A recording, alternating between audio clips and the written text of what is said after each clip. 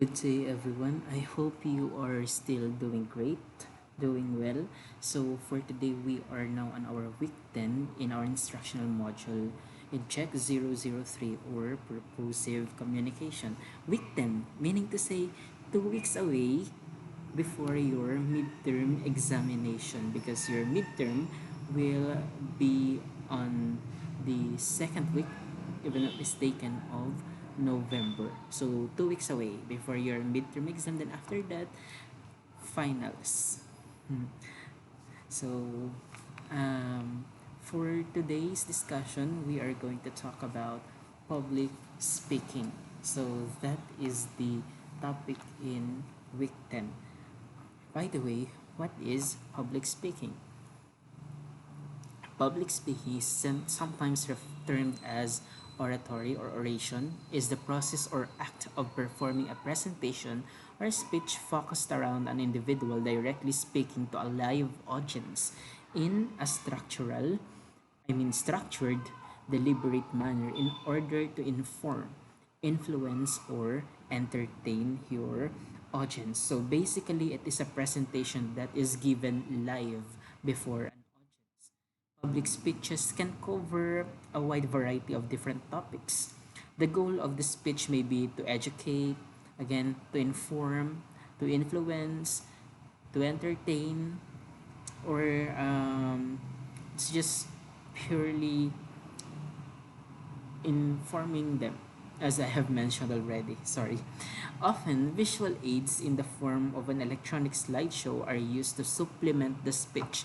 That is why I have discussed first the multimedia presentations on your week 9 because using that in your public speaking would benefit you to make your speech more interesting, more engaging to your listeners.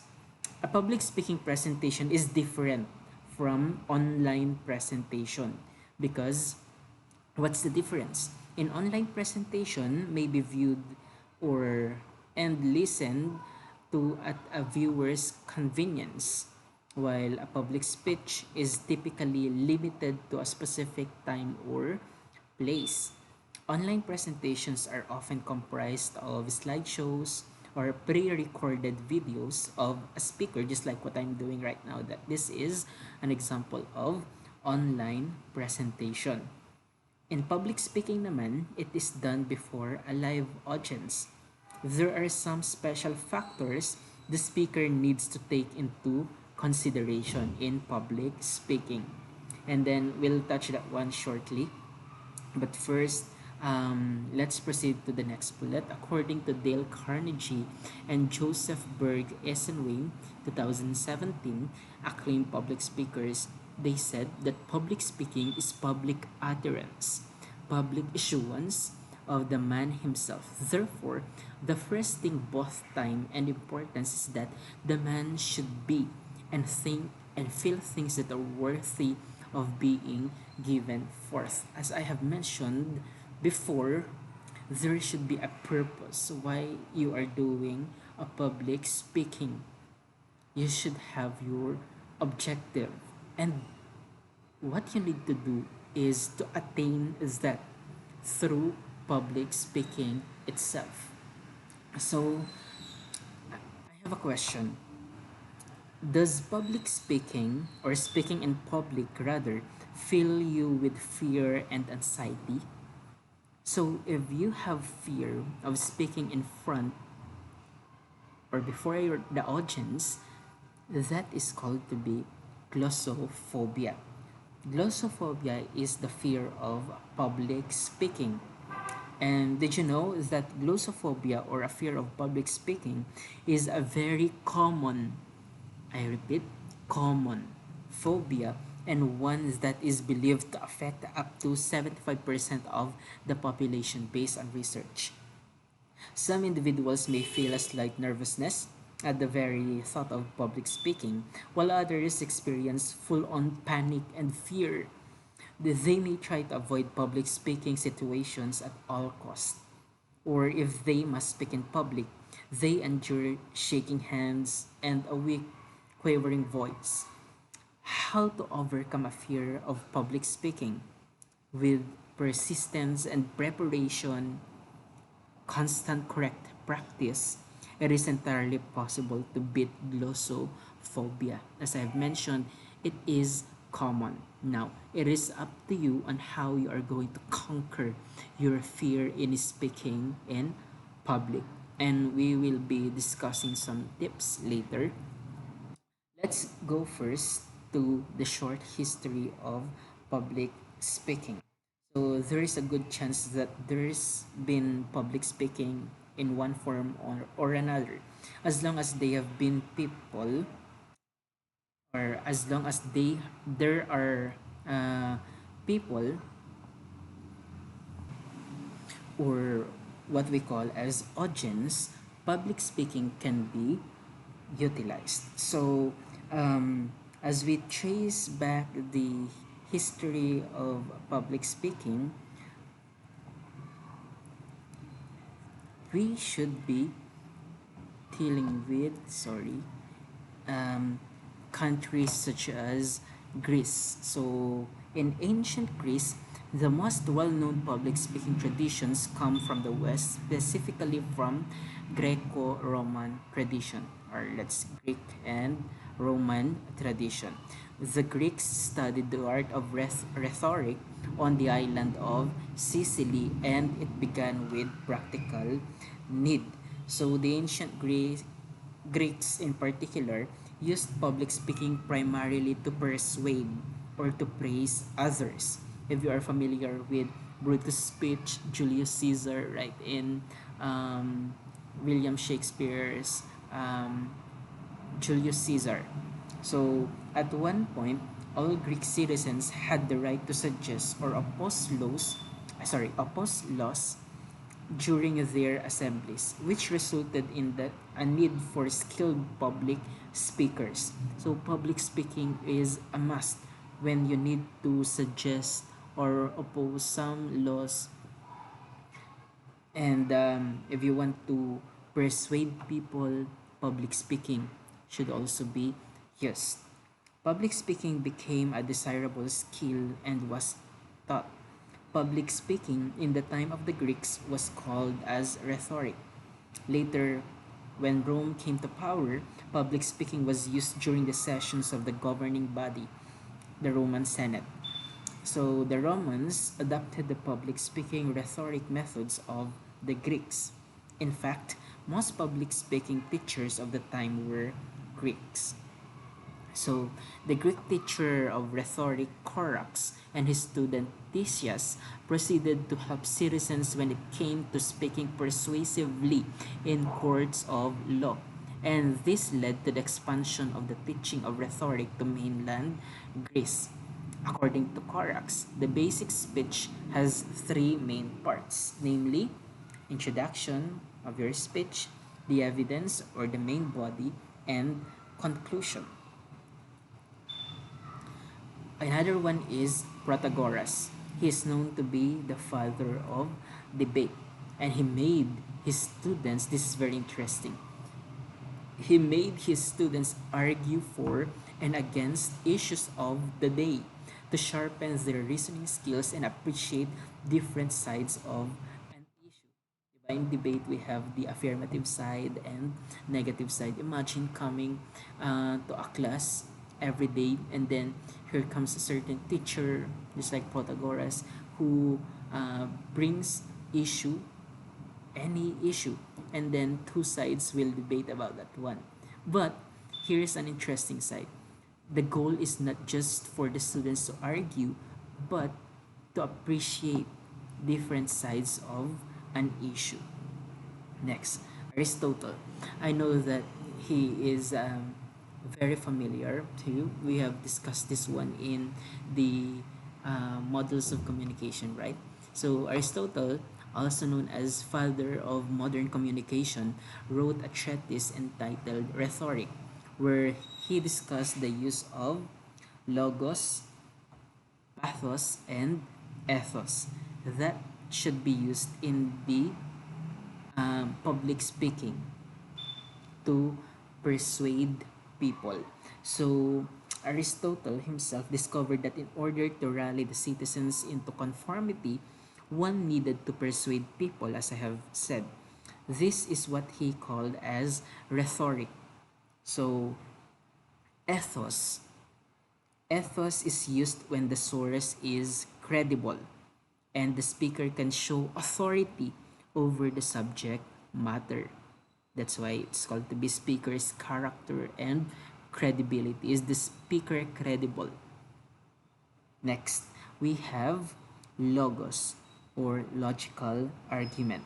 So, logos is used when there are facts to support the argument, requiring that the audience use logic and deduction to decide on the strengths of the speaker's argument. That's why we have several logical fallacies, right? In a debate, we have ad hominem, ad ignorantiam. We'll be discussing that one on week 12. The focus of week 12 is debate. So that is in logical argument. So next and last one is pathos or the emotional argument. So it is used for emotional appeals to gain audience acceptance. Let's for this one naman, you should um, persuade people to be on your side. That is why pathos is also being used in public speaking. You need to get the heart of your audience. Next, the famous orator in Greece was Demosthenes. Practiced earnestly is something weird by declaiming on the seashore with pebbles in his mouth. Imagine that you are declaiming with pebbles on your mouth. How hard is that one? Walking up and down hill while reciting, and that his speeches were known for their deliberation and forethought. Can you imagine that? Diba? You are on seashore with pebbles on your mouth while practicing your speech or declamation. Not only that, you are walking up and down hill while reciting or memorizing your declamation. Can you do that one too? No, I'm not going to uh, let you do that one. Baka makain niyo pa yung mga bato o yung mga pebbles. Anyway, that is Demosthenes. He is known to be one of the famous orators in Greece. As I have mentioned a while back, we also have ancient Rome. And the most famous Roman orator was Cicero, whose eloquence was described as a resistless torrent. So he argued that teaching of rhetoric should be considered as an art form and that this could be useful in all practical and public affairs. What makes public speaking as an art? Diba? Just like an art, you also need to put your skills, your heart, your mind in forming your speech to persuade people. He believed that in order to prepare a speech, one should first think of one's listeners and their interest. This is very important, right? To know the background of your audience and use certain strategies such as cracking jokes or using humor, asking questions to your audience for them to be engaged, and as I have mentioned, to engage the audience. So there are several strategies that you need to do for them to be motivated to be engaged. Next one is Quintilian. A Roman lawyer and educator also forwarded the idea that public speakers should be ethical. So this is now in ethos. A good man speaking well and of high character, and speaking well meant being well informed and presenting the speech effectively. So imagine a certain corrupt politician who is delivering his speech. Is he credible enough? It's up to you. Now, we are also going to discuss the short history of public speaking in the Philippines. So before diving into public speaking, let's discuss first, and it is vital to explore the history of public speaking through the ages first. So here, I am pretty much sure that you have heard about this word already, babaylan. If you are fond of watching teleseries in ABS-CBN before, Liza Soberana and Enrique Hill in Bagani, you have heard this one, right? Babaylan. Yung Mekeni, Mekeni, Dugdug, Do, Re, Mi.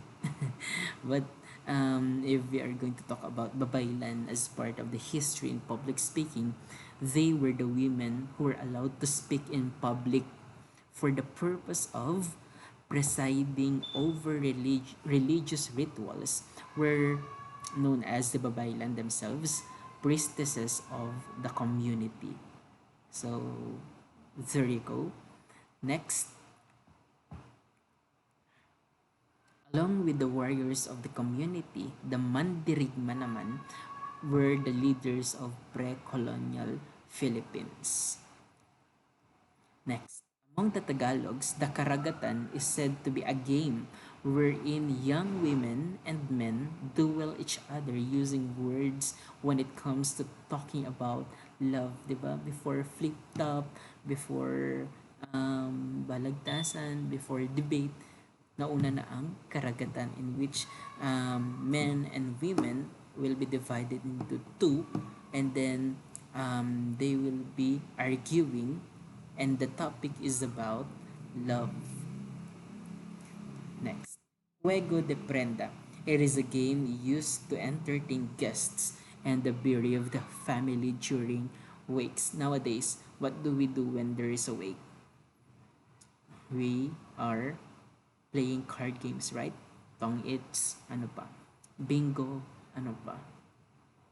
Um, anything about card games, mostly we are doing that one. But before, when there is a week, Juego de Prenda is the name of the game to entertain guests. So it is also a form of public speaking. Next, during the American period, the more widely known as Balagtasan was also staged in order to honor Francisco Balagtas, a well-known Filipino poet. It is like an ordinary debate except that one has to reason and argue in verse. So this is very poetic.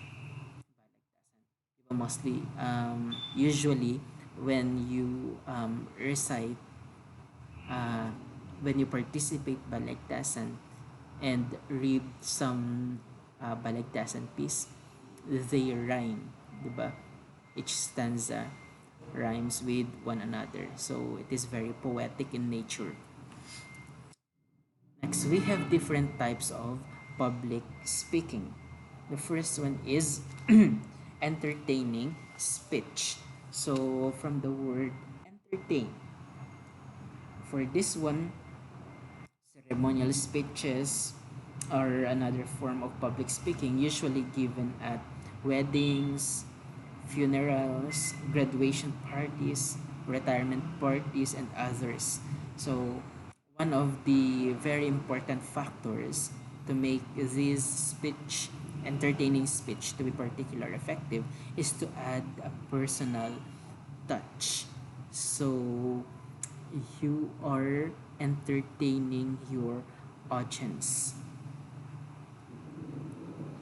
Next one is informative speech. So, unlike in entertaining speech in which you can crack jokes, di ba? Kasi you need to add a personal touch. For informative speech, this is very different because it is mainly technical in nature. So, in this speech, you are delivering facts, statistics, algorithms, and others. When you are participating in a debate, informative speech is also used. So, if you are explaining something, also informative speech is present and must be used. utilized. Next, persuasive speech. So this is giving presentation in arenas where you would like people to take some kind of so when you are trying to convince people about your idea or product, that is persuasive speech. So just like in TED Talk, if you are fond of listening to that one, even in um, some politicians, when they are trying to convince you to vote for them, persuasive speech also is being used. So the most important point in persuasive speech is um, if you want to influence others' views and ideas, you have to show your enthusiasm while speaking. Last one is inspirational speech. So it is a presentation which calls on an audience to be the best that they can be. Again, in school graduation, inaugural address, even in when you are listening to a sermon, diba? If a pastor gives or delivers his message, that could also be considered as inspirational speech. We have also different modes of speech presentations. The first one is impromptu speech. So for this one, impromptu speaking involves delivering a message on the spur of the moment, as when someone is asked to say a few words. When someone provides a question, in a snap you should give an answer. That is impromptu speaking without preparation at all. Next is memorized speech. For this one, it consists of reciting a scripted speech from memory. So, memorization allows the speaker to be free of notes. You're going to have your memorized speech, by the way, next meeting on your week 11. Next, manuscript speech. So, it consists of reading a fully scripted speech. It is useful when message needs to be delivered in precise words. And lastly, in extemporaneous speech, it consists of delivering a speech in a conversational fashion using outline or notes. Again, that is very different from manuscript because in manuscript, the whole speech is with you. For extemporaneous, you are just um, allowed to bring an outline or note. So this is the style most speeches call for. Next, how to give a better speech according to Mark Webster, and that is also conquering your fear in public speaking or glossophobia. The first one is you need to understand that stage fright is positive. I know that every one of us experienced to be nervous in speaking in public. Now it is up to us on how we are going to transform that nervousness into positive thing. So you we need to use affirmations and visualization to raise our confidence. This is especially important right before your speech or presentation. So visualize giving a successful presentation. You need to imagine on how you'll feel once it is over and when you've made a positive difference for others. Again, use positive affirmations such as I am grateful I have the opportunity to have my audience, or I am going to do well by God's grace, rather than saying I'll never be good at this or I'm going to fall flat on my face. Again, you need to understand that stage fright is positive. Next, control your nervousness. How to control your nervousness? One way is knowing your topic The better you understand what you're talking about, and the more you care about the topic, the less likely you'll make a mistake or get off track.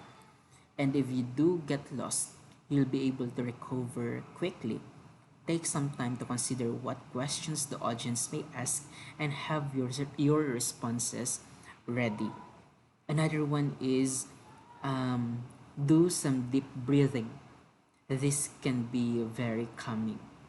Take two or more deep, slow breaths before you get up to the podium and during your speech.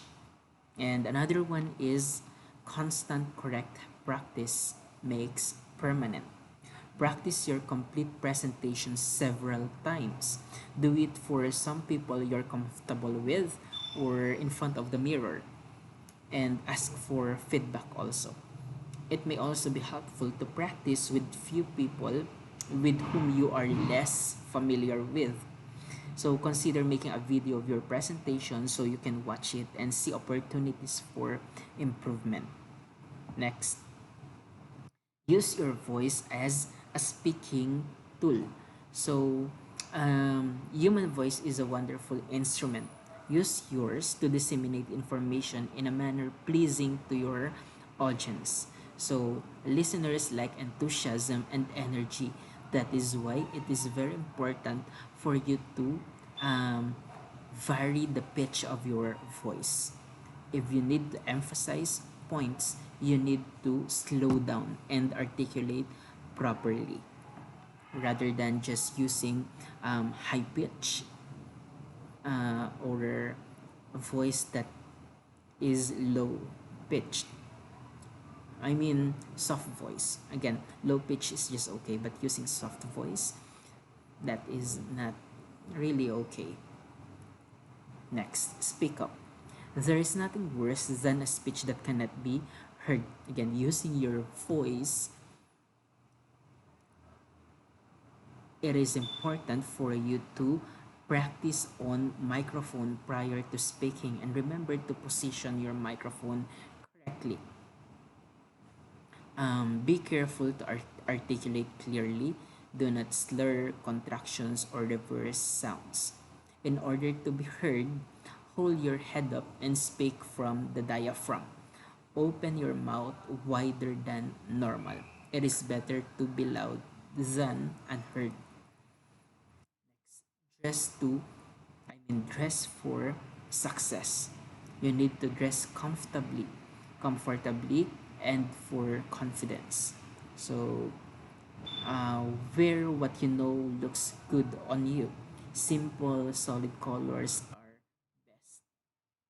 Wear lighter fabrics than just normal, as public speaking raises body temperature. Avoid dangling jewelry and empty pockets of change, keys, of other distractions. Sixth, stand tall and use gestures to connect with audience. So, body language helps make a point. So, use your whole body when delivering a speech. Do not just stand still. But it doesn't mean that you need to uh, often use your body language in every word in your speech, diba? That may tend to be a weird thing to do. So, for example, I so wandered lonely as a cloud. So, in every word, there is a body movement that is very weird. You should use your body language to emphasize points or important points.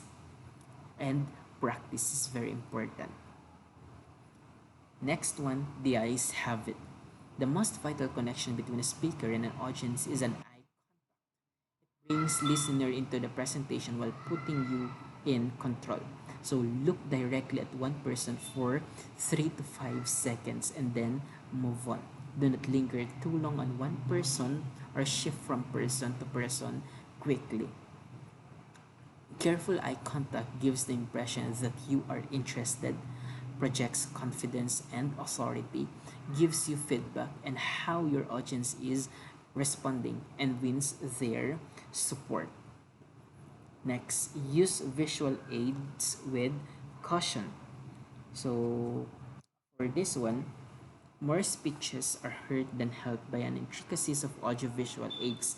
The best use of high-tech visuals, such as video, is either before or after your remarks. Visuals can detract from your words and delivery style if they are not well planned.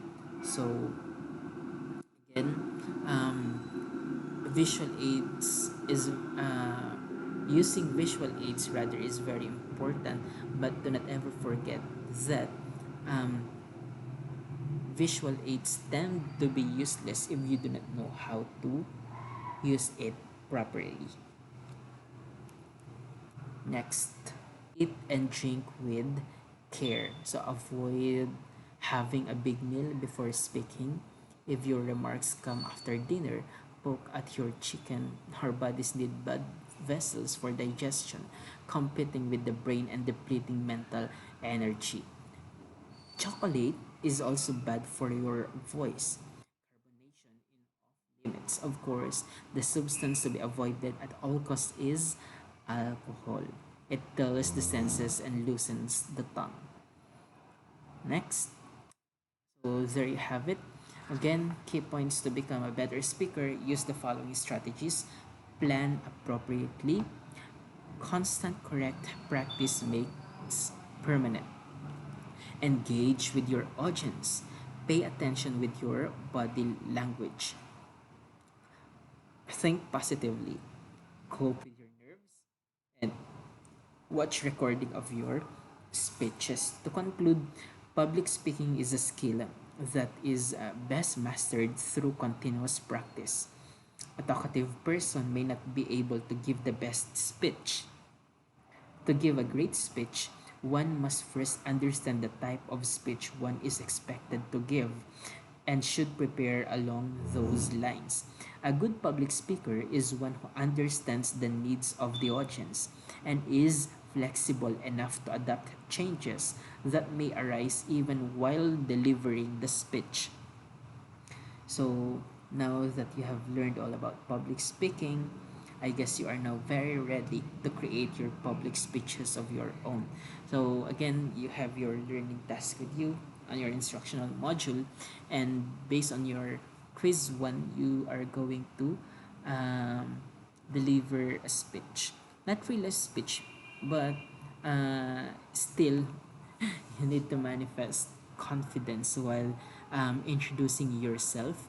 Again, I should see your face while delivering or while introducing yourself so that um, I will be able to see if you are confident enough while you're facing in front of the camera. So enjoy that one and have a great day.